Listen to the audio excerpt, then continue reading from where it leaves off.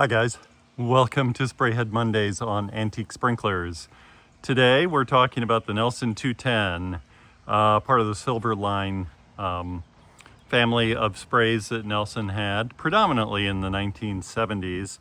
And it's characterized by this rubber top. It had a shiny brass body to it and spindle, and accepted a brass nozzle on top to make it run nice today. I didn't have a Nelson nozzle to put on this thing. It has a coarse thread, and so I put a Weathermatic nozzle on it that'll fit it nicely. It's a 20-foot half. It should look pretty good. And back then, Nelson had an entire family of irrigation equipment that had this sort of rubber collar on top, from rotors that would cover your turf for 30 feet in a variety of arcs, to these pop-up spray heads, and they do have a decent pop-up height to them. In fact, I've had to use a brass nipple underneath the sprinkler, predominantly because I've got vanes inside of the tripod it's sitting on, and the spindle wants to drop down further than those vanes would allow without the brass nipple. So they had a flush mount that looked very similar, and then also a quick coupler.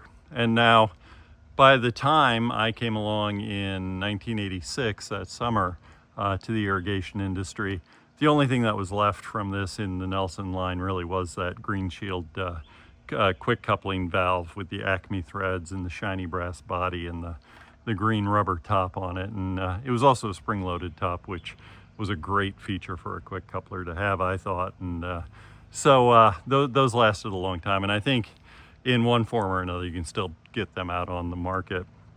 But this is what you'd have if you were putting your system in 75 or maybe 76. And it's a very cool looking spray head, I think. And I don't believe it's ever been in the ground. It was pretty shop worn when I got it. I got it from an irrigation contractor in the Chicago area.